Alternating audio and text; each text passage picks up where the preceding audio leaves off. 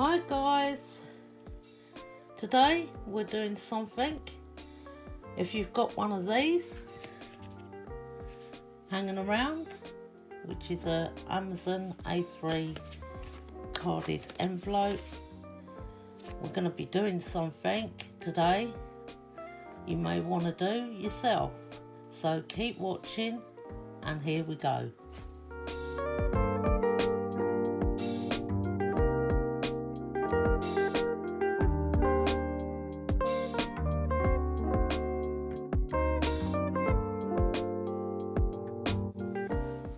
Hi guys, so today I'm coming on to do something I haven't done for a long time, probably a couple of years.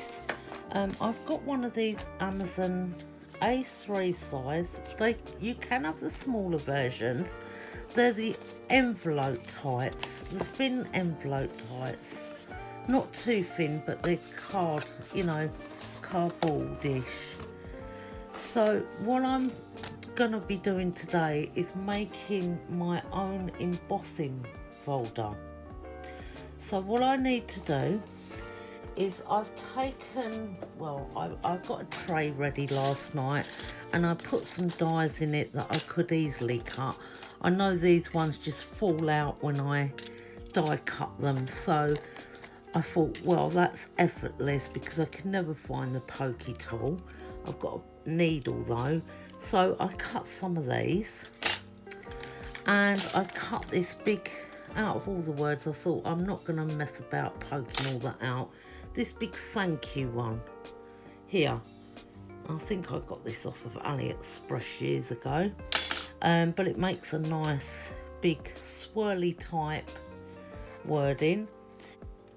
What I've done is I've die cutted these little pieces out.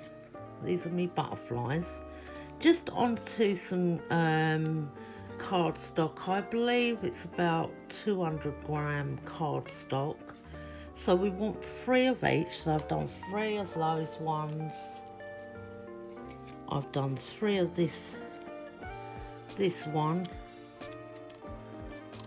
I've done 3 of these type of ones.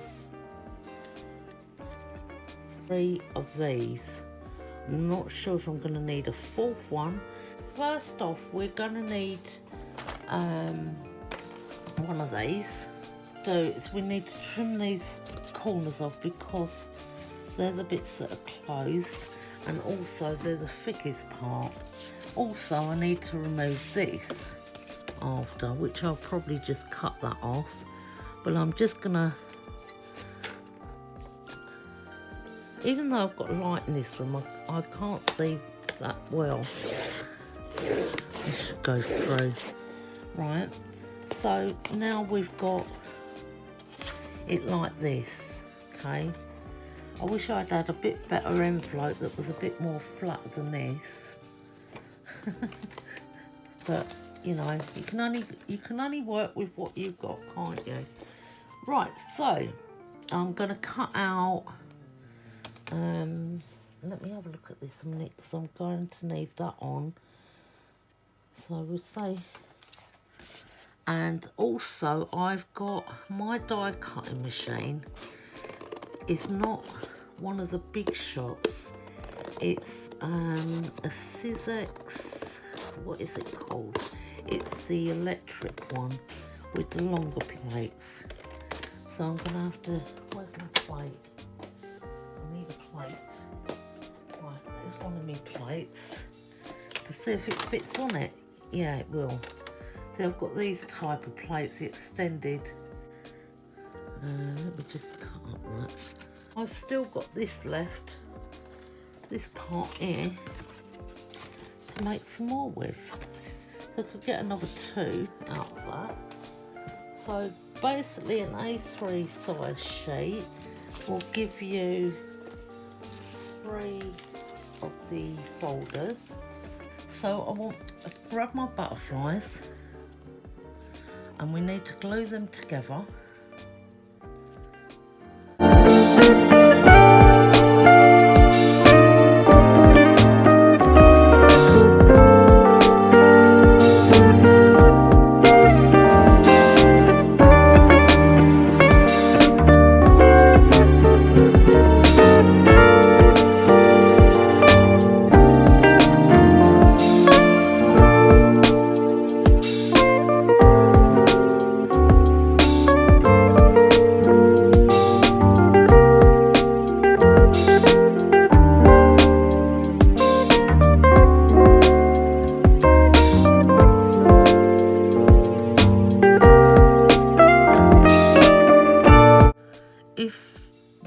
doesn't function,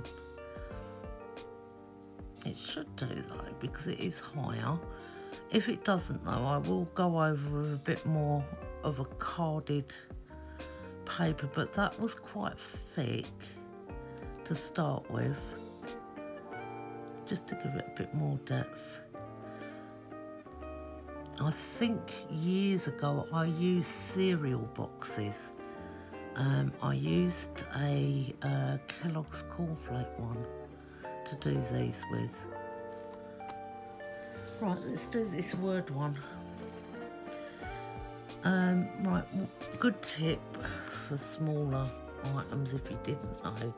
Most of you don't. I learnt this years ago.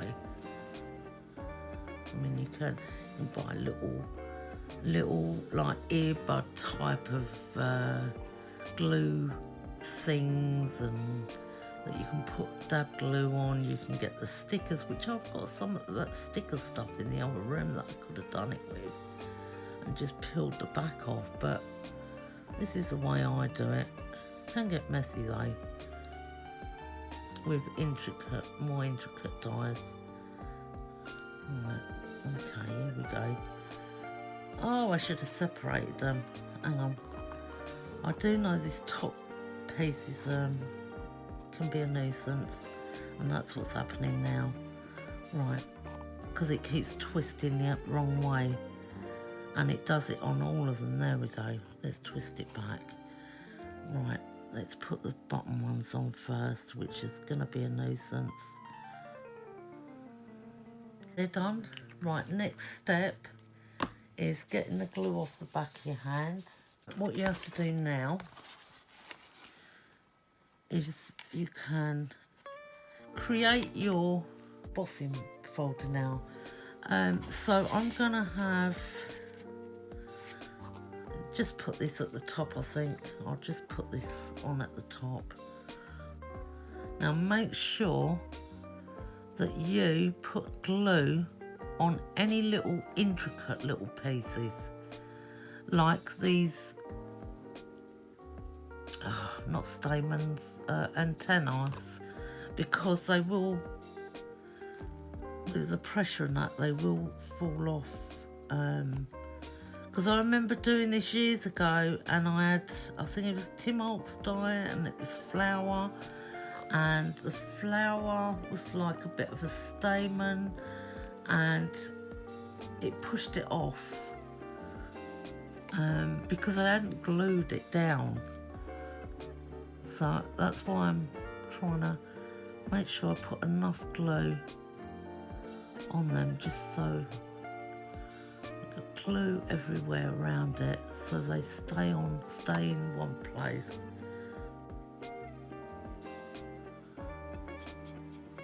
Oh no, something else like this, a project I haven't done for years neither. I shall have to do that as well, but that'll be another video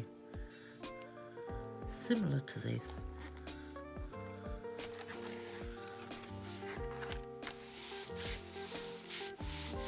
And if you've done this before and think, oh, I've done all that before, don't worry, just skip to another video of mine. There's some people out there that's not ever seen this before, or want to do it and never done it before, or, you know, we kind of all done and seen everything. I haven't.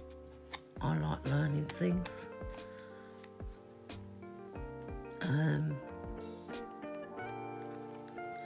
There's loads of stuff I want to do. I haven't got round to doing yet. There's things from, I think, last year that I've seen that I want to do. I've got things to make that I need to do as well, and I haven't even got round to doing that yet. So right now we've got it set. So I wanted it like this. This is a little bit off balance. I couldn't help that because these were so tricky to put on. Look, there. But it should come out all right. It should give that texture. That's what we want, the texture. So I'm going to leave these to dry for a little while.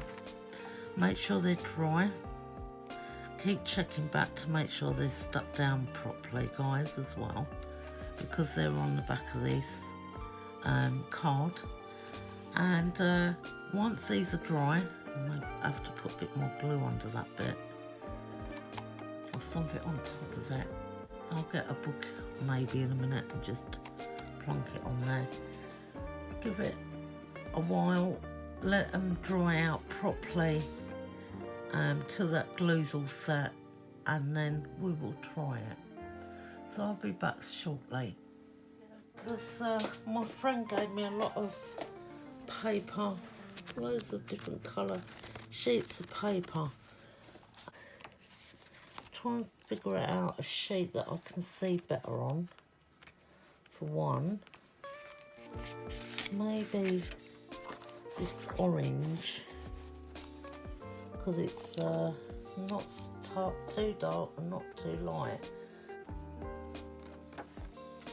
Right, what I'm going to do, shall I put it there or shall I put it over that? I don't know. Maybe just put it in there then. Right. I think what I will do is something you're not supposed to do anyway, and put that cutting plate back on. Okay. Because it may just give it like a little bit of, and we'll see. It'll rather pass or it won't. Sharp, but it did it on the first go. Bent my plates up a bit, but there we go, look. There you go. Oh, shall I put the light on? Wouldn't it be easy? There you go, look, now we can see, look. Let me put that down, you'll see even better. There. There we go. It just needs that pressure.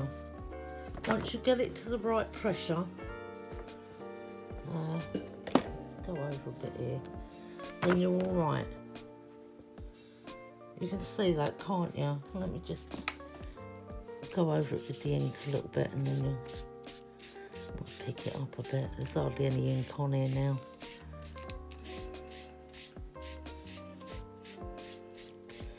There's basically nothing left on that ink, but you'll see it a bit better. See how it stands out more.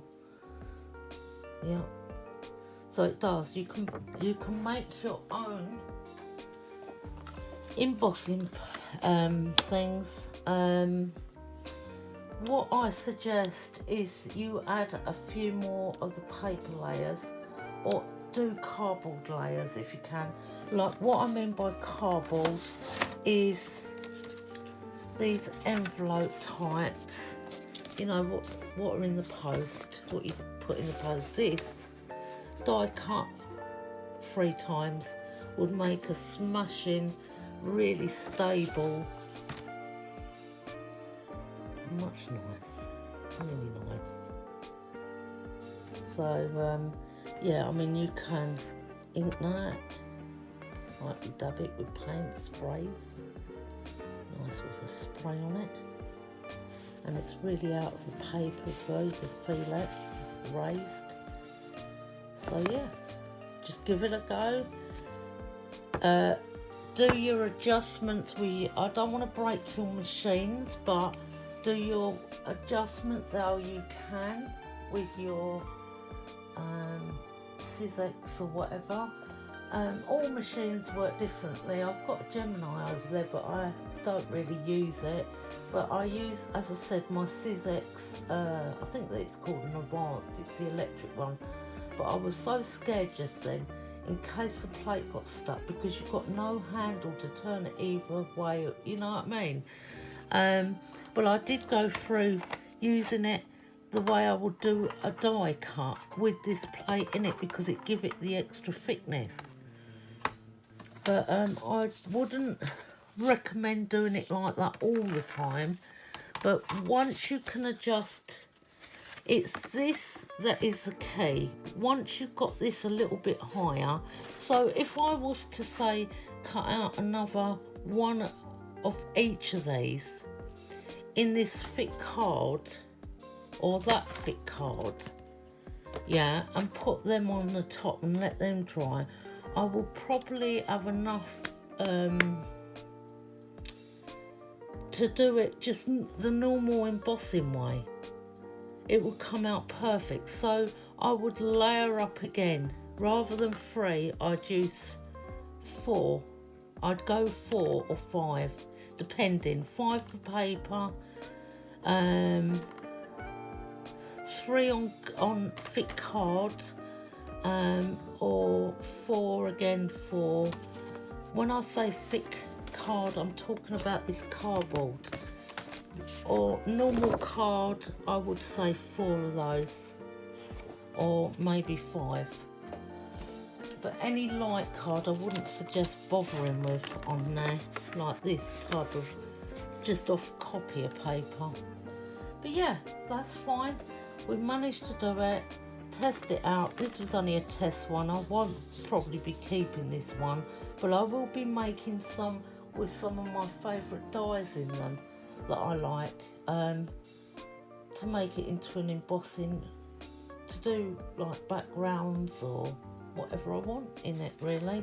Hope you could understand this, because it's a bit complicated, because I haven't done it for a while, as I said, and it's hard going back to something that you're not accustomed and used to, you know. But we've got it sorted now. Yeah, there's another thing I want to do that's very similar like this in the next video. So let me know if you enjoyed this, guys, and then I shall carry on making another video. Catch you in the next video then. Bye.